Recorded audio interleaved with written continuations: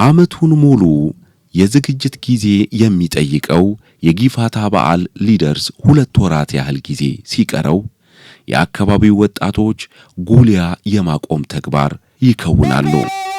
ተጠራርቶ ይሄዳሉ።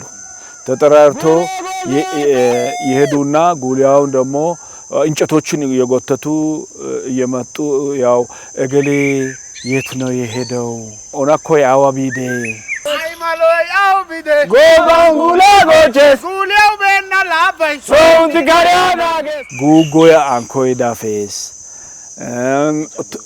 ኡንጫ ጎንጊያን ጎሬስ ወጣ ሌጣን ቶጌስ ይላሉ። አሃ አንኮይ ዳፌስ ይነቅፋሉ። ቤት የቀረውን ሰውዬ ወፍጮ ላይ እየፈጨ ነው።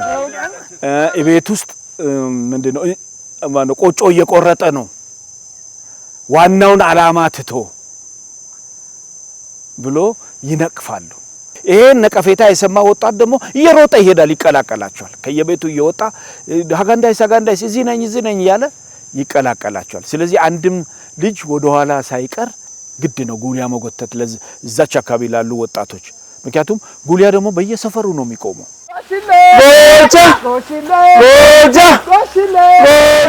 አንደኛ ወንዝ ውስጥ ገብቶ ነው፣ ወንዝ ውስጥ ጫካ ውስጥ ገብቶ ነው። ስለዚህ ረጅም መንገድ ጎትቶ ስለሚያመጡ ጎሽሌ ጎቻ እያሉ ባህላዊ ዜማ እያዜሙ ያመጣሉ።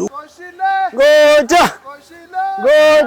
ብዙ ጊዜ ሰዎች ደመራ ይላሉ። ደመራ አይደለም፣ የወላይታ ጉሊያ ነው የሚባለው። ሌላ የተለየ የአማርኛ ትርጉም የለውም። ጉሊያ ነው የሚባለው። ጉሊያ የጊፋታ ጉሊያ በወላይታ የጉሊያ ወር መጨረሻ አካባቢ ነው የሚባለው። ያው በሰኔ ወር መጨረሻ ማለት ነው። የጉሊያ ወር ይባላል ወሩ ራሱ። አገዱለ ቱሳ አጋጤራ ተሸጉሊ ጎቼታ ሄጋ አንካ ካቢያ ተሺያ ሄጋ አንካ ቢያ ተሺያ ሄጋ ቡዞ ቢያ ሀጋ ዛፊያ ሄጋ ቢያ ማይሉ ሄጋ ቢያ ቡዞ ሄጋ ቢያ ሹሩሹዲያ ሄጋ ቢያ ኦሃ ሄጋ ቢያ ጉሊያ ሚታ ብዙም አገልግሎት የማይሰጡ እንጨቶችን መርጠው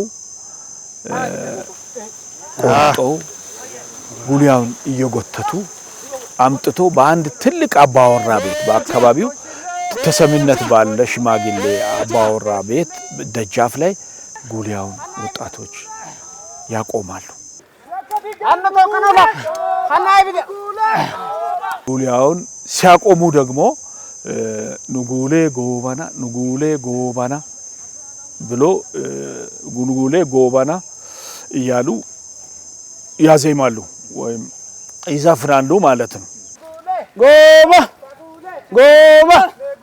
ጎባ ማንም ሰው ጉሊያውን እንዳይነካ ከጉሊያው ላይ እንጨት እንዳይነሳ ይረግማሉ።